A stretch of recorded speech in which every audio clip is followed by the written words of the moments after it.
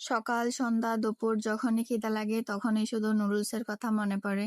তো এই ভিডিওটা হচ্ছে কালকে বিকালে অনেক খিদা লেগেছিল, তো ভাবতেছিলাম কি খাবো। দেন ডিসাইড করলাম যে আমি নুডলসই খাবো। আসলে নুডলস আমার অনেক প্রিয়, সবসময় আমাদের বাসায় থাকে। তো খেতে যেহেতু ইচ্ছা করছে বা খিদাও লাগছে, তো আমি নিজেই চলে গিয়েছিলাম নুডলস বানানোর জন্য। যেহেতু আমি বাসায় একাই থাকি, বাসায় অন্য কেউ নাই যে তাকে বলবো যে আমার জন্য একটু নুডলস বানিয়ে দেওয়ার জন্য। নিজের কাজ নিজেরই সবসময় একা একা করতে হয়। নুডলস খাবারটা আমার এত ভালো লাগে যে আমাকে যখনই দিবে তখনই আমি খেতে পারবো। আমার যে ঈদের সময় যে সবার বাসায় নুডলস রান্না করে না, সবাই বিরক্ত হয়ে যায়, কিন্তু আমি কখনো বিরক্ত হই না। আমি যাদের বাসায় যাই সবার বাসায় নুডলস ট্রাই করি।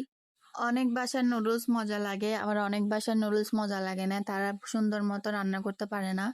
আমি মনে করি যে আমি আমার জন্য সুন্দর মতো নুডলস রান্না করতে পারি। আমার আম্মুও অন্য সব রান্না, মাছ, মাংস, ভাত এত সব রান্না করে এত মজা হয়, কিন্তু কখনো নুডলস রান্না করতে পারে নাই মজা করে।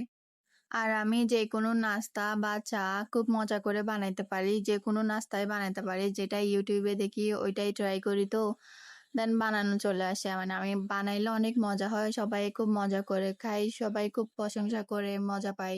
দেন আমার নুডলস রান্না হয়ে গেছে, দেন আমি আপনাদের সামনে ক্যামেরার সামনে বসে বসে নুডলস খাচ্ছিলাম। আসলে নুডলসটা অনেক মজা হয়েছে। নুডলস আসলে রান্না করতে পারলে এমনিই অনেক মজা হয়। যারা রান্না করে না হয়তো তাদের গুলাই তেমন মজা হয় না।